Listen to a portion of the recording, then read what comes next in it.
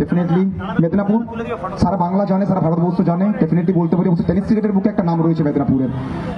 আর ঠিক সেই মেদিনীপুরের মাটিতে শুরুতে তোমাকে জানাই সুস্বাগতম। আর ফার্স্ট ম্যাচ বলতে পারি কিন্তু বিগত মরশুমেও তোমাকে অবশ্যই মেদিনীপুর নিরাশ করেনি, এই মরশুমের ফার্স্ট ম্যাচেও কিন্তু তোমার ঈদ কাপ নিরাশ করেনি। ভালো জয় এসছে, ভালো বোলিং পারফরমেন্স, এবং ডেফিনেটলি বলতে পারি তুমি ভালো ব্যাট করলে ইন্ডিভিজুয়ালি। সো কি বলবেন? ভালোই লাগছে, ব্যাট করতে পেরেছি, আমাদের টিম জিতেছে, এরপরেও যাতে আস্তে ভালো করে ব্যাট বল করতে পারি এটাই চাই। আর ঈদ কাপ নিয়ে কিছু বলার নেই, কারণ এটা সিজন টুই আগে সিজন 3, তাতে আরও অনেক হেভি ডেভেলপ হয়েছে। আমি দেখছি বছর এসে এত কিছু মানে পরিস্থিতির মধ্যে দিয়েও দেখলাম যে ভালো খেলা চালিয়েছে, টাইম তো হেভি মেনটেন করেছে। 12:09 দেখলাম খেলা শুরু হয়েছে, আমরা আগের দিন রাতের বেলা এসেছি।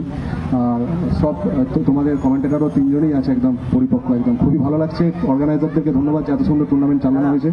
আর 10টা সাড়ে 10টার মধ্যে শেষ হয়ে যাবে এরকম ভাবি, এর পরের খেলা আরও জমবে খেলা। অবশ্য যদি বলি ফার্স্ট ম্যাচেও আমরা দেখলাম ওখানে কিন্তু হাই স্কোরিং ম্যাচ ছিল, সেকেন্ড ইনিংসও হাই স্কোরিং ম্যাচ। সিমেন্টের উইকেট কি বলতে পারি খানিকটা ওখানে ব্যাটসম্যানদের ফেভার করছে? এই মুহূর্তে করছে কি, নতুন বল আছে বলে, সোয়েট আছে বলে, কি এরপরে ব্যাটসম্যানদের ফেভার করবে এরকম না, কিন্তু বল ভালো কি ব্যাটে লাগলে হবে 4, আর বোলাররা ভালো বল করবে, এরপরে স্কিট হবে, তার সোয়েট থাকবে না এত। আর অবশ্য শেষ প্রশ্ন, সারা বছর বহু টিমের হয়ে খেলা হয়ে থাকে, কিন্তু কোথাও না কোথাও বলতে পারি মা কল্পনা এন্টারপ্রাইজ বিগত কয়েকটা মৌসুম ধরে বাংলার বুকে ব্র্যান্ড হয়ে সামনে আসছে।